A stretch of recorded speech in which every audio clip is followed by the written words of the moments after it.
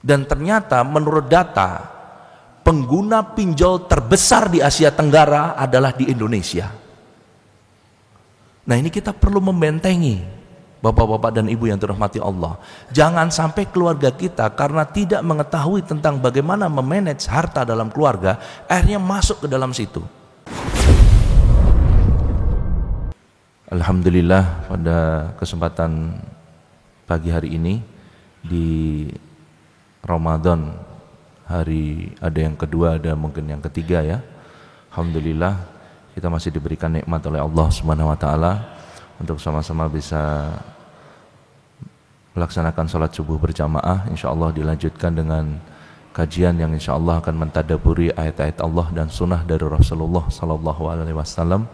Wabil khusus insyaallah kita akan membahas tentang materi muamalah, perkara yang hari ini mungkin jarang dibicarakan dan pada akhirnya menimbulkan bencana yang sangat besar. Mengapa tema hari ini kita membicarakan tentang manajemen harta dalam keluarga? Karena benteng terkecil di negara kita, di bangsa kita ya, dari kehancuran dan malapetaka itu ada di keluarga. Kenapa kita membicarakan hari ini tentang manajemen harta dalam keluarga?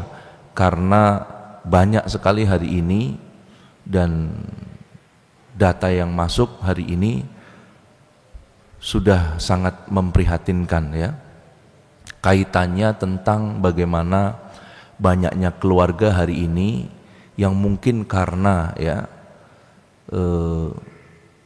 tidak mengetahui bagaimana sebetulnya ya manajemen harta dalam keluarga ini, sehingga menimbulkan masalah kronis hari ini, yaitu tentang riba. Tahun 2023 data yang masuk ada sekitar 23 orang meninggal bunuh diri karena pinjol.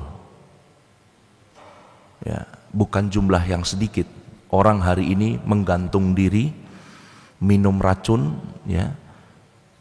23, ada yang menyebutkan 25 orang meninggal di tahun 2023 itu karena bunuh diri. Setelah ditelusuri ternyata penyebabnya adalah pinjol atau riba. Nah, ini memprihatinkan. Mengapa? Ketahanan ya ekonomi bangsa ini yang terendah itu ada di keluarga. Kalau kita ketahanan ekonomi dalam rumah tangganya kita remah dan akhirnya masuk ke dalam dosa riba itu, maka bagaimana negara kita? Kemarin saya juga membaca, mendengar ya bahwa hadir hari ini sebuah fenomena baru ya, karena bank hari ini sudah mulai mau pada tutup ya, karena sudah menurun orang-orang menggunakan bank, akhirnya yang muncul sekarang adalah pinjol, pinjaman online.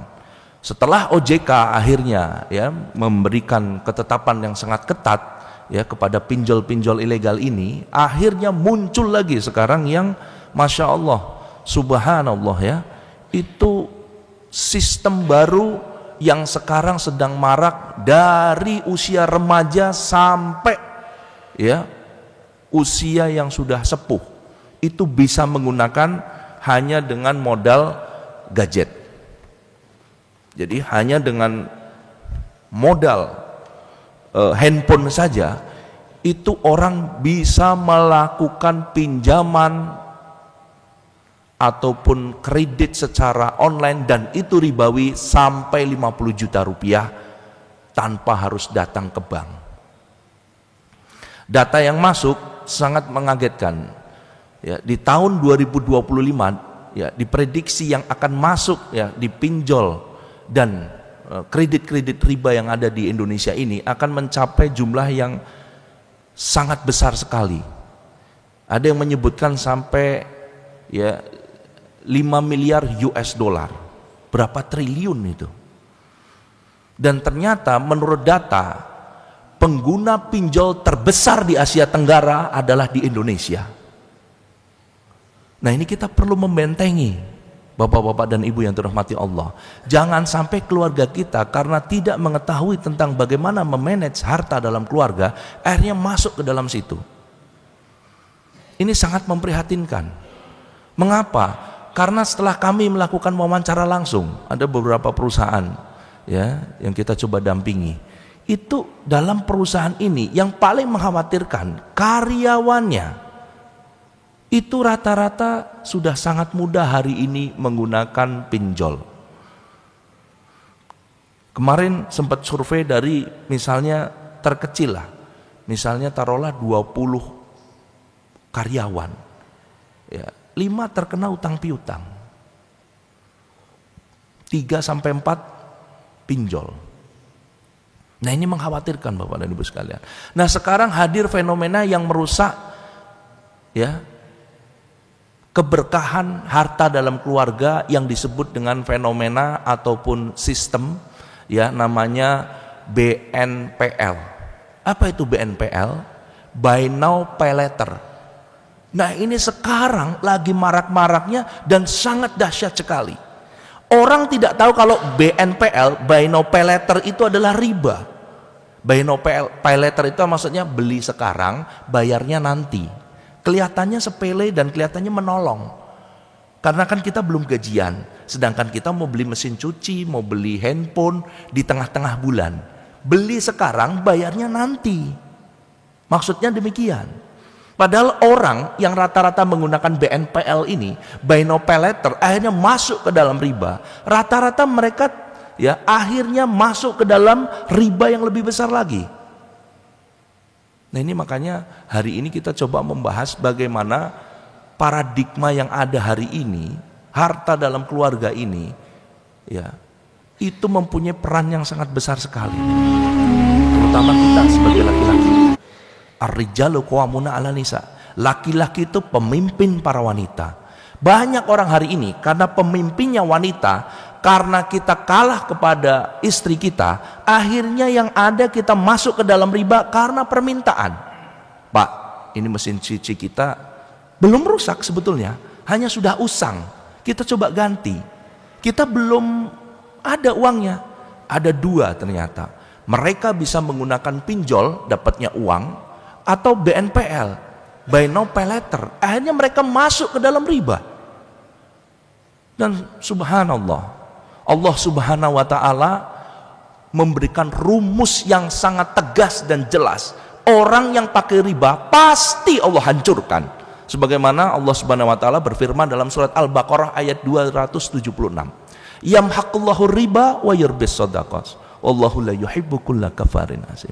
Allah akan hancurkan riba. Allah akan hilangkan harta yang ada riba di dalamnya. Dan Allah menyuburkan sedekah.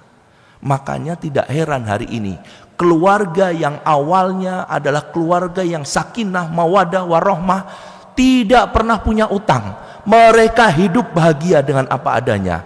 Karena kecanggihan teknologi hari ini, hancur rumah tangga. Mengapa itu saya katakan hancurnya rumah tangga itu akibat salah satunya adalah gadget ini? Saya juga baru tahu dari anak-anak zaman now.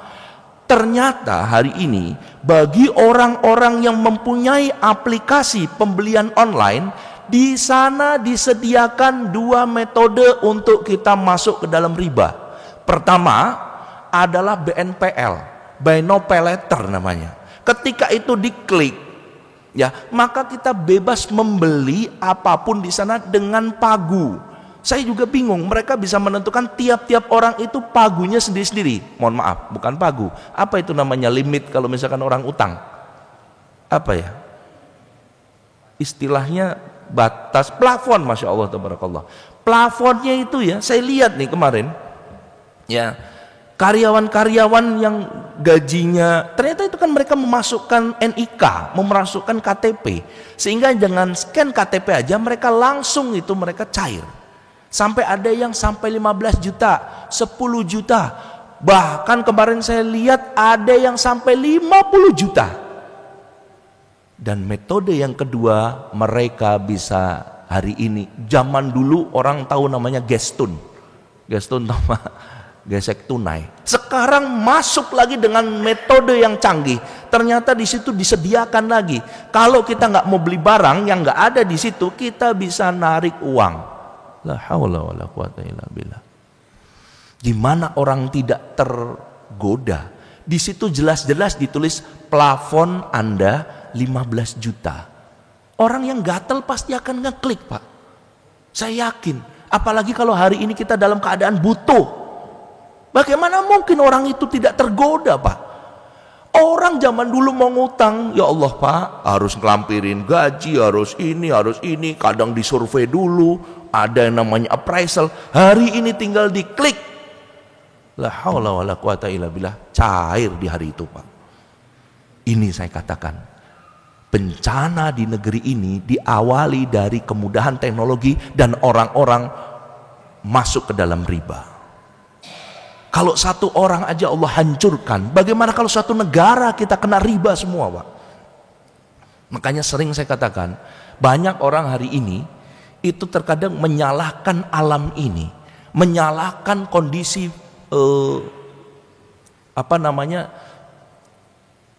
dalam sebuah negara. Apakah itu lempengannya patah, apakah itu tsunami karena terjadi. Tiada hari ini orang yang berpikir bahwa musibah-musibah yang bencana yang ada di negara kita, salah satunya mungkin terjadi karena kita berkhianat kepada Allah Subhanahu wa taala. Dalam surat Al-A'raf ayat 79, Allah Subhanahu wa taala pun telah memberikan sebuah peringatan yang sangat jelas, sebuah berita gembira ditambah dengan berita yang membuat kita miris, bahwa kalau misalnya hari ini penduduk dunia dalam surat Al-A'raf 79, ya, jika penduduk di sebuah negeri itu beriman dan bertakwa, maka Allah akan turunkan, ya, rezeki berkah dari langit dan dari bumi, Pak. Makanya kita lihat di zaman-zaman dahulu kaum Saba misalnya, dalam surat Saba itu kan sudah dijelaskan, baldatun thayyibatun wa rabbun ghafur. Di sana itu kan jelas itu bahwa diceritakan bahwa kaum Saba sebelum Allah luluh lantakkan, sebelum Allah hancurkan, itu tadinya adalah kaum yang mereka sangat bertakwa dan beriman kepada Allah Subhanahu wa taala. Sampai-sampai kaum Saba itu, Pak, kalau di taman-tamannya itu, di pertanian mereka itu, kalau mereka taruh ini di atas ini keranjang, mereka jalan buah itu jatuh sendiri, Pak, di sini, Pak, di atas keranjangnya. Saking-sakingnya itu berkah negaranya, Pak. Nyamuk, lalat itu sampai nggak ada, Pak, di sana. Saking-saking ini berkahnya negara itu. Nyamuk aja nggak ada, Pak. Nah, tapi suatu saat ketika mereka berkhianat kepada Allah Subhanahu wa taala, bukannya mereka bersyukur, malah mereka, ya, dalam surat Al-A'raf tadi, namun mereka, ya, berkhianat kepada Allah. Mereka ingkar terhadap ayat-ayat Allah, maka Allah siksa mereka akibat perbuatan mereka. Jelas, Pak, hari ini bencana yang menyiksa kita itu akibat perbuatan kita sendiri. Banyak orang hari ini nggak sadar, Pak. Makanya saya menyampaikan terkadang yang insight orang-orang yang hari ini nggak kepikir. Ketika ada bencana selalu melihat kenapanya itu dari ilmu, pengetahuan manusia saja, tetapi tidak dilihat dari kacamata iman dan takwa kita. Mengapa hari ini kita ada bencana? Mengapa hari ini orang akhirnya sampai bunuh diri, rumah tangga merasa kekurangan terus? Karena kita nggak paham manajemennya. Nah, para ulama, ya, membagi, ya, manajemen harta ini dengan sangat simpel. Ya, sebagian ulama, ini nanti bisa kita pelajari dalam Syarah Bukhari, ya, Ibnu Battal.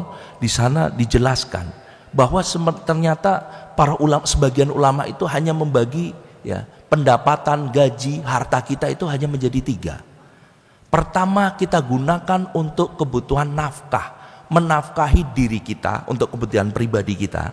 Nah, ini makanya yang sering salah juga kadang-kadang orang buat hari ini, saya juga nggak tahu itu dari mana. Katanya harta istri adalah punya istri. Kalau harta suami itu katanya punya istri dan anak-anak. Itu keliru, Pak. Yang betul harta suami punya suami pribadi, dan ada kewajiban untuk menafkahi anak istri, itu yang betul. Makanya hari ini keliru ketika ada seluruh harta diberikan kepada wanita, kepada istri kita. Keliru, karena perintahnya memang bukan seperti itu, Pak. Makanya sekarang terjadi kesenjangan. Banyak orang tua hari ini akhirnya sakit hati. Banyak orang tua yang hari ini akhirnya anaknya kehidupannya tidak bahagia. Kenapa? Karena anak-anak zaman now lupa kepada kewajibannya menafkahi bapak dan ibunya. Karena di dalam syariat, orang yang sudah menikah, laki-laki masih wajib menafkahi bapak ibunya. Sedangkan yang perempuan, yang wanita sudah menikah memang sudah tidak wajib. Bayangkan Pak hari ini.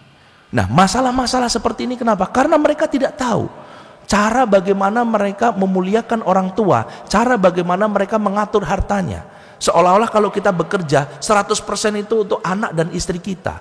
Padahal di sana masih ada kewajiban kepada orang tua kita. Nah, jadi yang perlu kita lakukan terhadap gaji, harta, pendapatan yang kita lakukan, yang pertama adalah untuk kepentingan pribadi kita. Yang pertama, pribadi kita, dan kemudian untuk menafkahi anak dan istri kita. Itu yang pertama Pak, alokasinya. Yang kedua, ulama hanya memberikan ya untuk sesuatu sedekah yang wajib, yaitu zakat Pak. Karena zakat, orang kalau bayar zakat itu insya Allah terhindar dari bala, malapetaka dan lain-lain. Tapi orang hari ini rata-rata pada nggak bayar zakat Pak.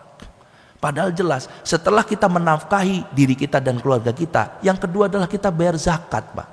Zakat itu sedekah yang wajib. Jadi sedekah kan ada yang wajib, ada yang sunnah. Nah sedekah yang wajib Pak, itu namanya zakat.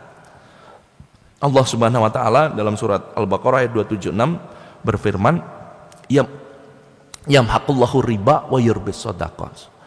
Di sini ulama mengatakan bahwa Allah akan menghancurkan riba dan menyuburkan sedekah. Sedekah di sini ulama ya mengatakan bahwa itu adalah zakat, Pak.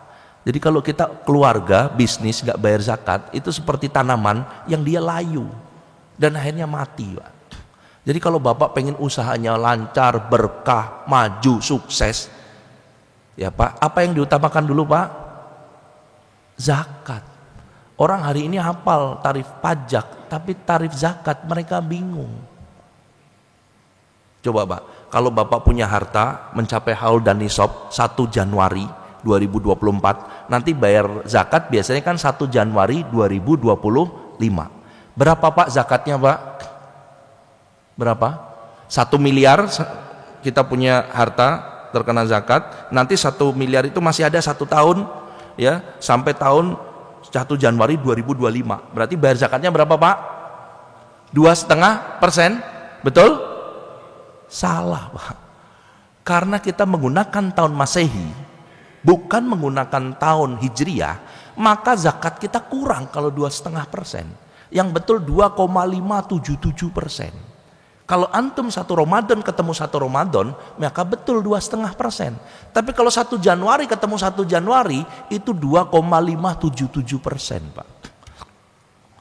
Masalahnya di syariat Islam tidak ada yang namanya ya amnesti zakat, Pak.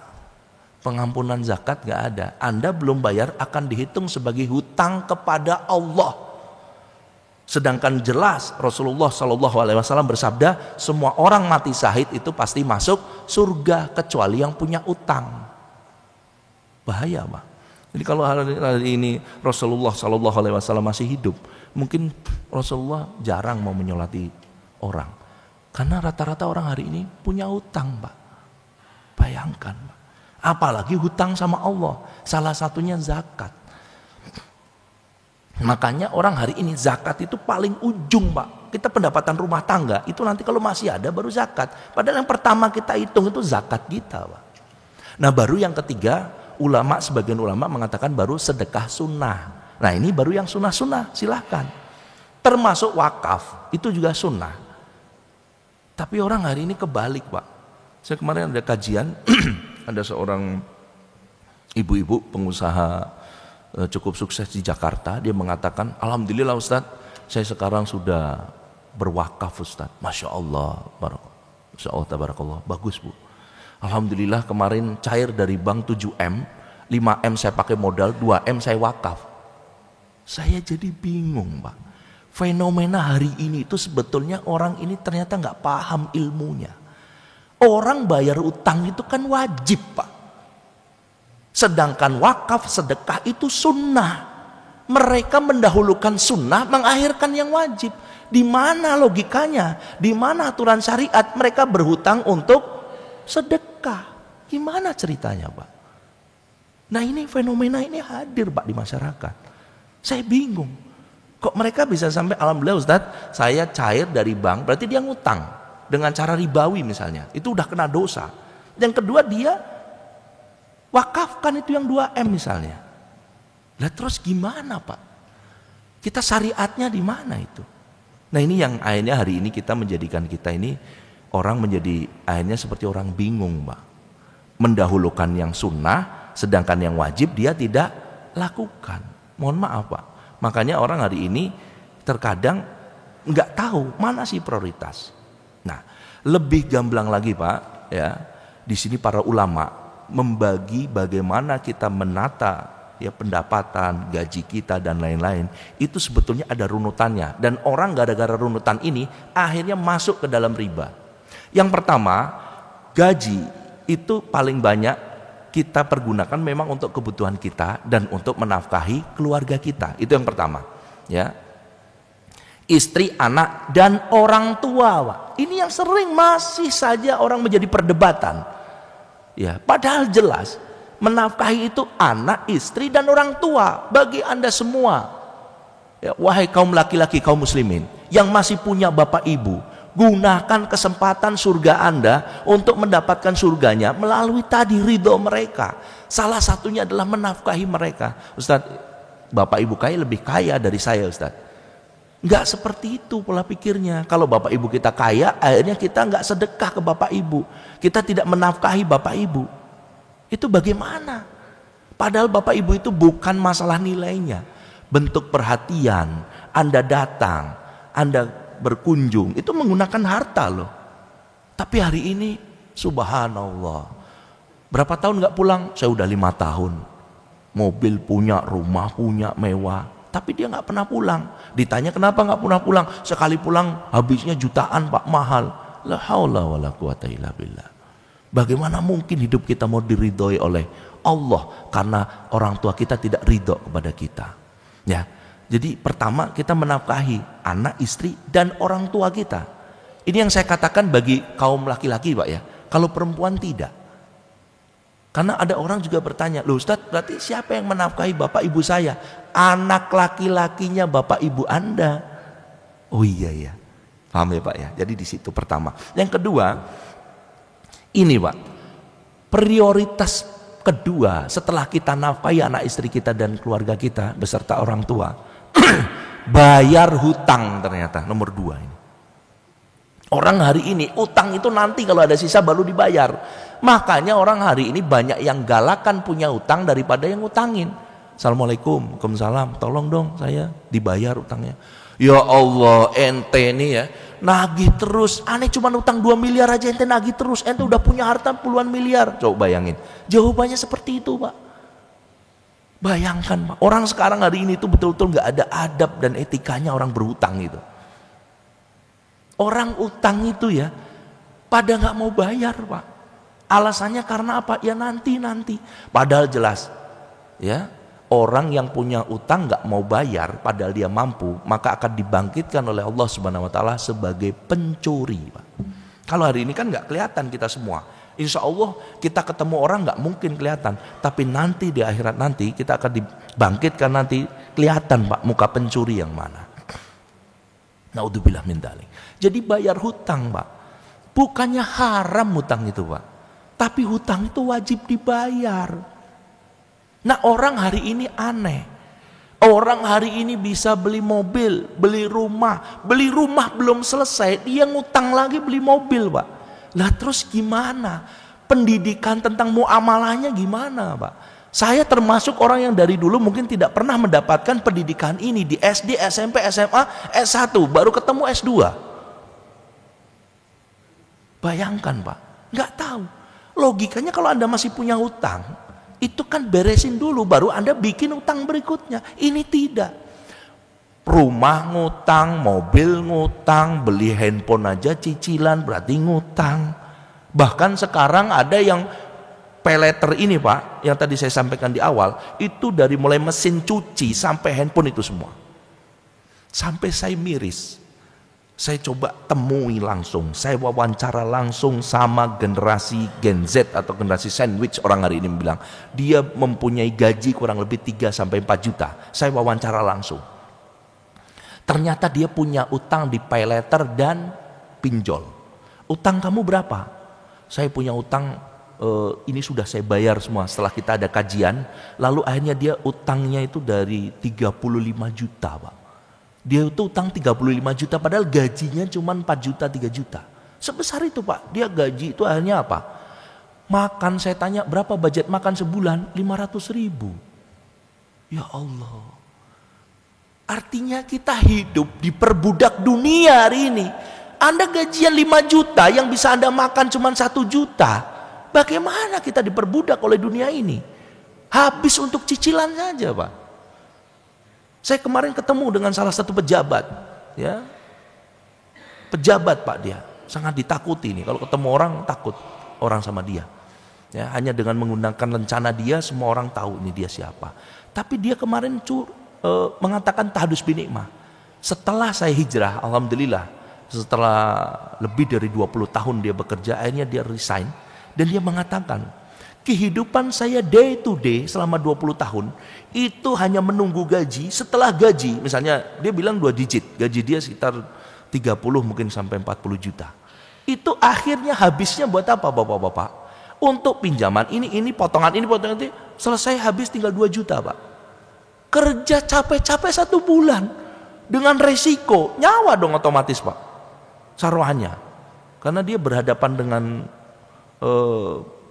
ya bahasanya beberapa inilah penjahat lah, taruhlah. Ini saya ketemu langsung Pak. Dia mengatakan, Tuhan 2 juta yang saya makan tiap bulan. Capek saya tiap bulan mencari itu. Yang dia kejar itu gaji ke-13 sama THR Pak. Itu yang memang gak ada potongannya. Ya apa hidup kita harus terus-terusan seperti itu? Akhirnya dia hijrah. Dia katakan, ya Allah, dunia ternyata luas. Saya keluar dari itu. Bayangkan Pak. Jadi orang hari ini tuh nggak tahu kalau utang itu prioritasnya itu teratas setelah makan, Mbak. Orang hari ini nggak, mana ada orang bayar utang diprioritaskan utama, nggak ada. Karena utang itu kan, bayar utang itu prioritas utama setelah kita makan.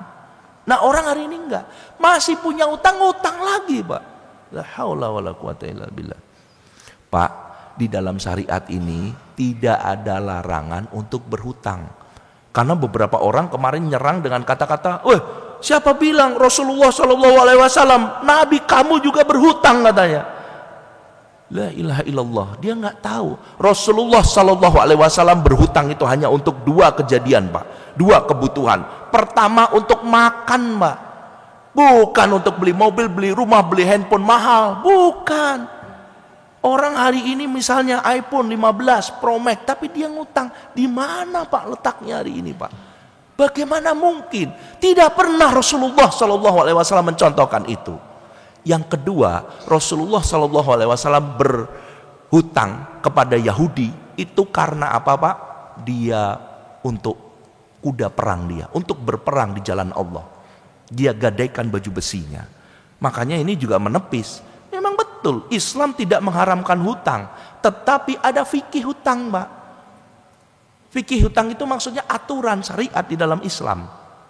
Kalau orang mau berhutang itu ada. Pertama, dia kebutuhannya adalah kebutuhan yang terdesak, memang harus ngutang. Contoh, hari ini kita nggak bisa makan, kita akhirnya ngutang kanan kiri, halal Pak memang. 2, Bapak bekerja misalnya hari ini, ya, Bapak akhirnya tidak ada ongkos untuk kerja, ngutang, ya memang boleh karena untuk mendapatkan nafkah kita. Nah orang hari ini dia masih bisa menggunakan, mohon maaf,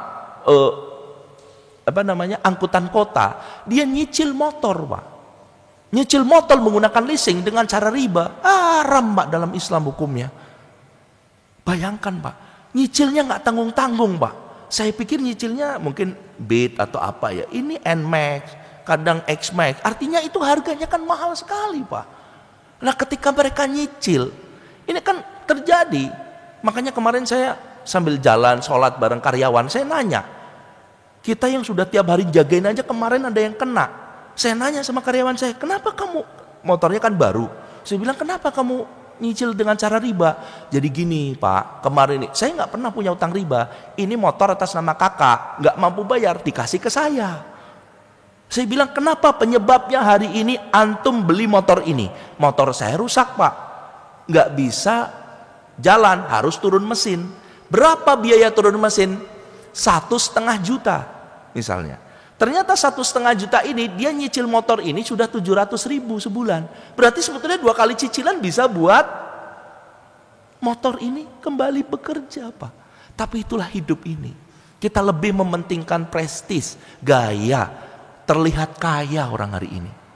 Mohon maaf, Pak, hari ini saya juga artinya alhamdulillah, saya bicara tentang masalah muamalah, hari ini juga saya bisnis dengan beberapa teman saya.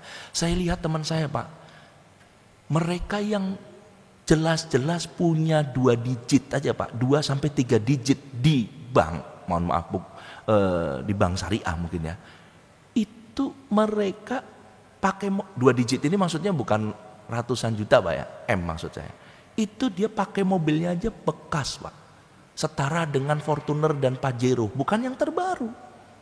Bayangkan, Pak. Lah ini hari ini baru punya uang 1 M aja langsung beli mobil harga 600 juta, Pak. La haula wala quwata illa billah. Ini second, Pak. Saya juga minder kalau ketemu dia, kalau misalnya berapa di rekening saya, dia yang punya jelas. Makanya orang hari ini semakin kaya. Makanya ada orang ini menyebutnya orang baru kaya sama orang lama kaya. Beda, Pak. Pakaiannya, mobilnya kelihatan. Bahkan kemarin saya diskusi forum entrepreneur ya, di Indonesia itu beda 2, Pak. Orang kaya sama konglomerat.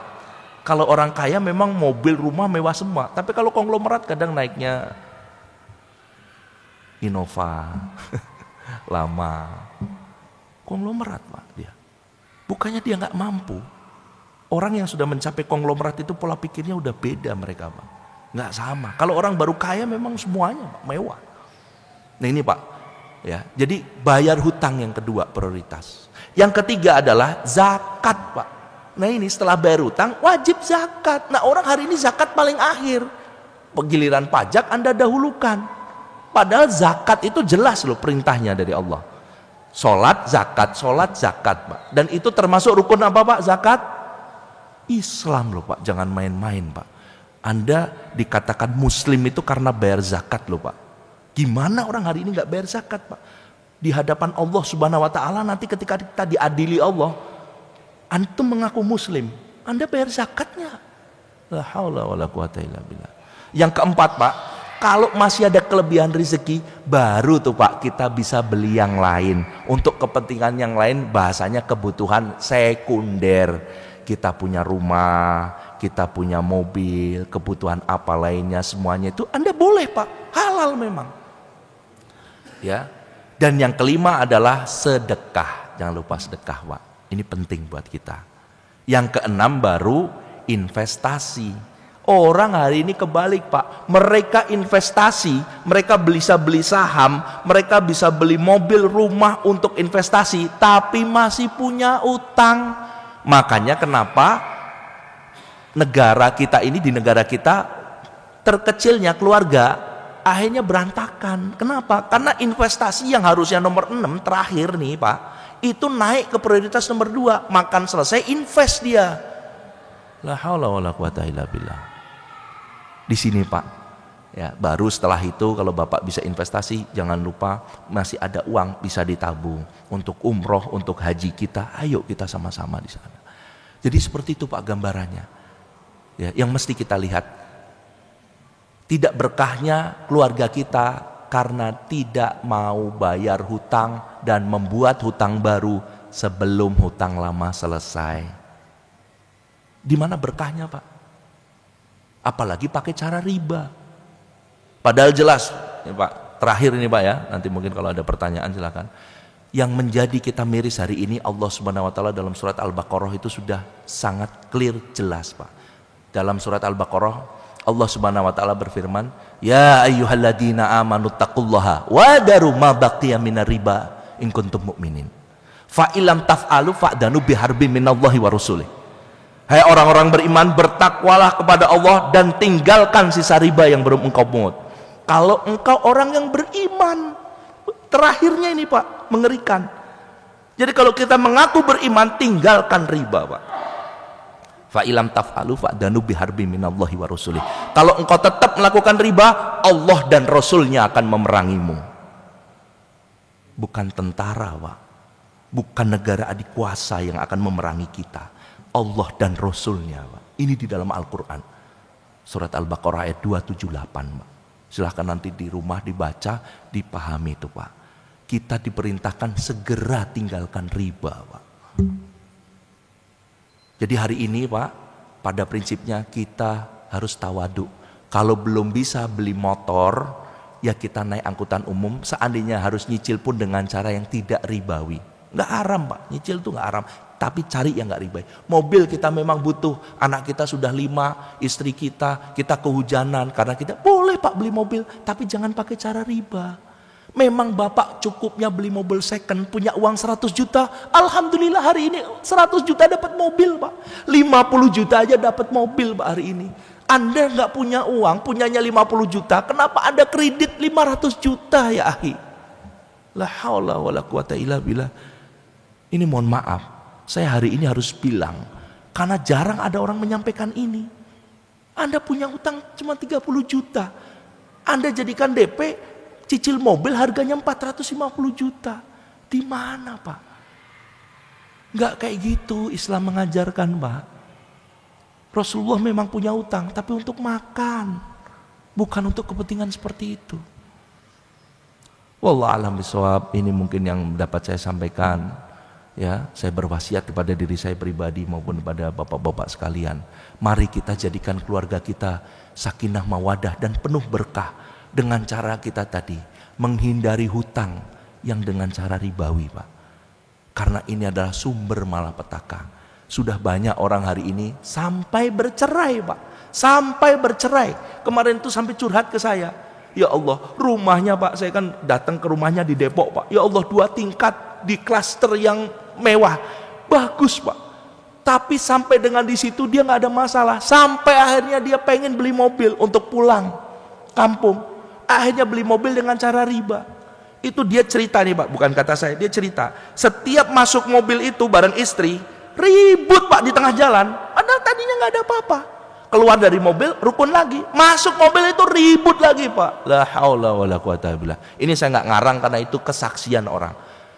Dan qadarullah hari ini dia bercerai dengan istrinya karena sesuatu hal yang tidak masuk akal. Apa, Pak?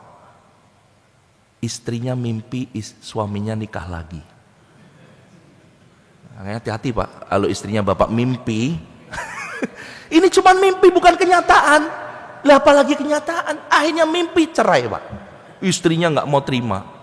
Ditanya alasannya, Pak, saya mimpi kamu nikah lagi. La haula wala quwata illa billah. Ya itu tadi, Pak, akibat riba. Kalau orang umum kan tinggal bilang, Dek, kita mimpi aja saya nggak boleh berarti kan. Makanya bapak-bapak kan ada 2 golongan. Yang mau nikah lagi berarti itu kan laki-laki yang apa nyebutnya gentleman ya. Nah, tapi kalau yang mau niat aja udah dimarahin. Ada, Pak. Mau niat aja udah dimarahin. Maksud saya hari ini, Pak, jangan sampai seperti itu, Pak. Ini orang bercerai hanya karena keributan kecil. Itu bukan karena orangnya bermasalah, Pak. Punya kelainan jiwa, bukan. Tadi, alladzina ya'kuluna riba la yakumuna illa kama yakumul ladzi yatakhabbathu syaitanu minal mas. Orang yang makan riba tidak berdiri seperti berdirinya orang yang kerasukan setan karena penyakit jiwa, penyakit gila. Jadi orang kalau rumah tangga udah pakai riba nih, Pak, panas, Pak, suasananya. Ribut, kopi kurang pahit sedikit aja dilempar. Saya pulangkan kamu ke rumah orang tua. telur kegosongan dikit aja langsung dimarahi istrinya. La haula wala quwata illa billah. Jadi ciri-ciri orang yang kena riba itu dia selalu marah-marah, panas. Naudzubillah min dzalik. Semoga Allah mudahkan kita Pak ya, terhindar dari yang riba seperti ini, dan kita pengen menjadikan negara kita ini baldatun thayyibatun wa rabbun ghafur Pak. Jadikan negara kita ini baldatun thayyibatun lagi. Dengan cara kita keluarga yang terendah, kita keluar dari riba Pak. Sama-sama kita wujudkan. Wallahu a'lam bishawab. Dan saya titip pesan wasiat, insyaallah Pak, Allah yang akan bersama kita. Jangan pernah takut untuk keluar dari zona aman. Karena kalau orang keren bilang there is no growth in comfort zone. Tidak ada pertumbuhan di zona aman. Kalau Bapak terus menerus menggunakan utang segala macam, itu nggak akan ada pertumbuhan. Tidak ada keimanan dan ketakwaan. Kita harus keluar dari sana. Semoga Allah mudahkan, dan ketika kita bermuamalah sesuai syariat tanpa riba, mudah-mudahan Allah Subhanahu wa taala menjadikan keluarga kita menjadi keluarga yang sakinah, mawadah, warahmah, penuh keberkahan, cinta dan penuh keberkahan rumah tangga kita. Anak-anak kita menjadi anak-anak yang penghafal Quran. Mereka solih dan solihah.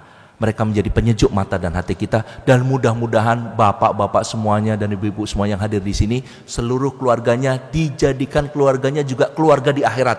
Keluarga biologisnya itu belum tentu keluarga di akhirat, tapi kita berdoa mudah-mudahan keluarga biologis kita di dunia juga menjadi keluarga kita di akhirat. Kebenaran datang dari Allah, kemudian Rasulnya. Kesalahan, nafsu dan kebodohan datang dari saya pribadi. Saya mohon maaf lahir dan batin kepada bapak-bapak sekalian.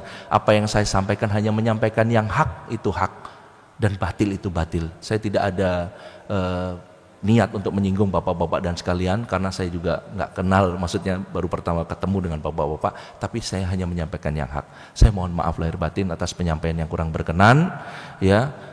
Sekali lagi saya mohon maaf. Kita akhiri. Subhanaka Allahumma wa bihamdika asyhadu an la ilaha illa anta astaghfiruka wa atubu ilaik. Assalamualaikum warahmatullahi wabarakatuh.